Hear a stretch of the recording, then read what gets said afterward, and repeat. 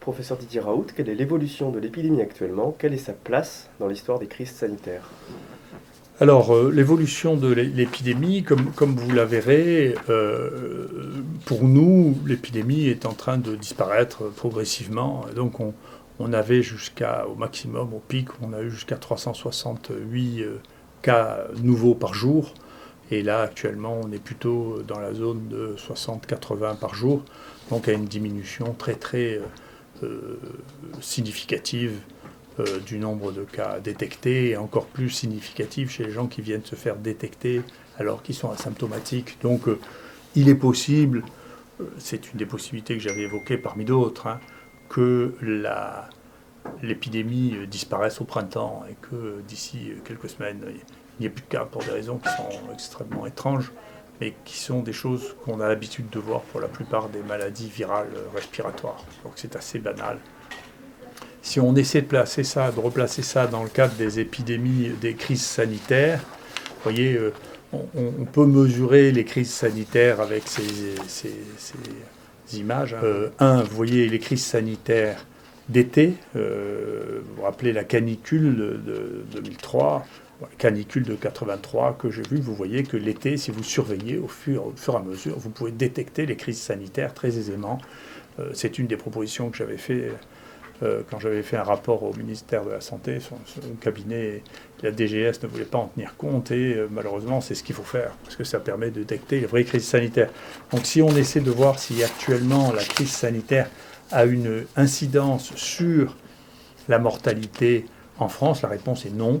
Les crises sanitaires qui ont, pendant l'hiver, joué une différence significative sont en 97, 2000, 2009 et 2017, mais on est très loin actuellement, si on cumule, vous voyez, les mois de décembre à mars, de la crise sanitaire de 2017, où il y avait eu énormément de grippe H3N2.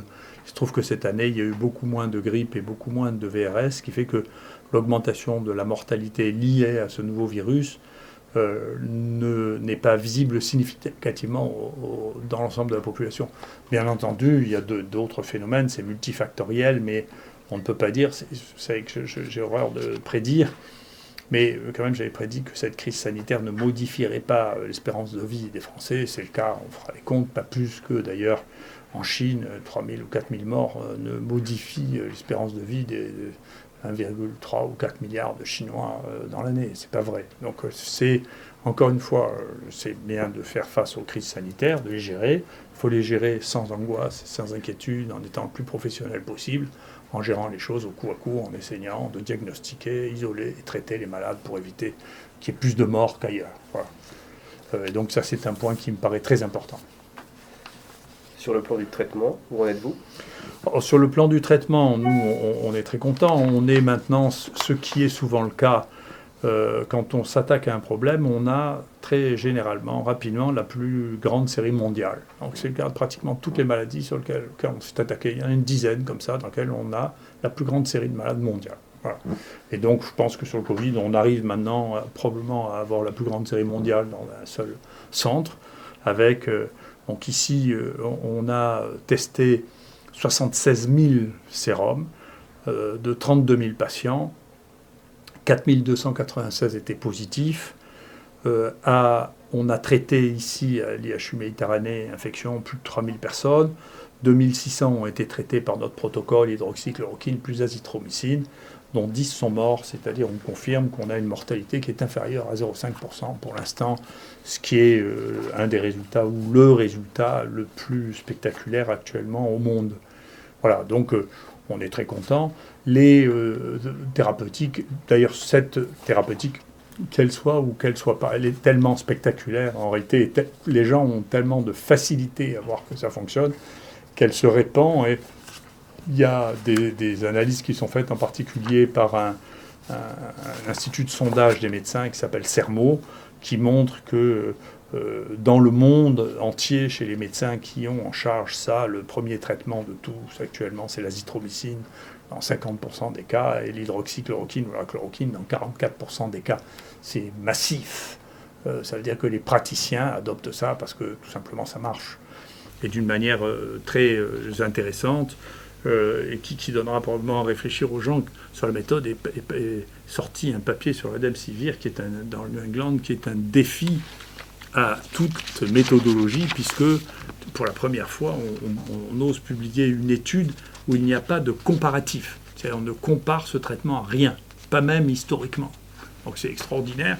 Et donc la seule chose que l'on note, c'est qu'il y a une toxicité considérable, c'est-à-dire qu'il y a 60% d'effets secondaires, ce qui veut dire que ce médicament ne peut pas être utilisé en dehors des patients qui ont une forme très grave, mais les patients qui ont une forme très grave, on le sait ici, en réalité, n'ont presque pas ou n'ont plus de virus, ils ne sont plus à ce stade-là, ils sont à un autre stade. Ce qui veut dire que si ce médicament ne peut pas être donné à d'autres patients que les patients qui ont une forme très grave, et que dans les formes très graves, il ne sert à rien, le débat va petit à petit se réduire, puisque l'autre médicament qui était proposé aussi dans le bras Discovery, le Sevidovir, a montré qu'il était totalement inefficace dans la même indication, ce qui veut dire quand même le paysage va s'éclairer sur les molécules qu'on peut vraiment utiliser et quand est-ce qu'on peut les utiliser. Donc quand les formes sont à ce stade de réanimation, en réalité, les antiviraux auront une activité relativement modeste parce qu'il y a très peu de virus. C'est notre expérience. On a même eu des patients qui étaient morts et qui n'avaient plus aucun virus. On voit mal comment un antiviral prescrit à ce stade pourrait avoir la moindre efficacité. Donc le traitement, c'est les formes modérées, c'est les formes qui sont sévères mais qui ne sont pas en réanimation, qui permettront de faire les choses. Mais c'est intéressant parce que parmi les auteurs, il y a des gens qui ont fait des grands commentaires sur nos méthodes, mais c'est la première fois que je vois un essai publié sans aucun comparateur, ni historique, ni géographique, ni rien du tout.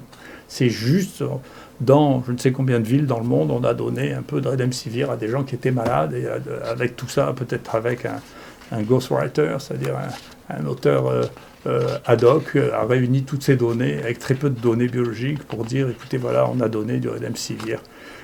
Voilà. Et c'est intéressant parce que peut-être que c'est une des publications encore qui permettra de suivre avec intérêt les fluctuations absolument extraordinaires de l'action Gilead. Et donc, je sais qu'il y a un journal qui m'accuse d'avoir des conflits d'intérêts avec Sanofi, parce que j'ai discuté avec Sanofi au moment de la création des IHU, c'est ce qu'on nous demandait, il fallait qu'il y ait au moins 1, 2 ou 3 industriels qui soient associés pour pouvoir faire du développement en France de la recherche transnationale. Moi, j'ai discuté avec Sanofi pour faire ce que je fais maintenant, mais sans Sanofi, c'est-à-dire du repositionnement de molécules qui existent déjà. Puis les discussions ont capoté, donc on n'a pas travaillé avec Sanofi. Mais vous voyez, vous regarderez ce truc, si moi je suis le conseiller de Sanofi, je suis un extrêmement mauvais conseiller parce que Sanofi n'arrête pas de perdre de l'argent, alors que les conseillers de Gilead sont des bons conseillers pour Gilead, parce que Gilead a gagné énormément d'argent depuis le début du Covid, bien que le cours de l'action soit modulé par le fait que l'on communique sur le fait qu'il y ait des traitements alternatifs pour la chloroquine, ou que l'OMS décide que le Remdesivir est le grand traitement, on voit l'action monter. Et puis, tout ça, ce sont des choses qui sont intéressantes, et c'est sûrement un des paramètres, je ne sais pas l'interpréter plus que ça, mais il s'agit de sommes absolument colossales. Hein. On est en train de parler de la capitalisation de Gilead, c'est quelque chose de tout à fait énorme. Hein. Donc c'est intéressant de voir, vous voyez, les fluctuations de ce cours en fonction des annonces dans la presse de l'efficacité ou de traitements substitutifs. Et donc, vous voyez que si j'étais encore un conseiller caché de Sanofi, je leur conseille de me foutre dehors parce que, franchement, ils perdent d'argent, ils ont perdu 20% de la valeur de leur action depuis le début de cette action. Donc, ce que je savais, je ne suis pas un très bon conseiller financier. Je pense que les conseillers financiers, en dépit de l'absence totale d'évidence d'efficacité de Remdesivir, sont bien meilleurs que les miens, puisque ça a pris une proportion tout à fait considérable de financement. Voilà. Avez-vous de nouvelles données concernant la toxicité de traitements à base d'hydroxychloroquine et d'azithromycine ?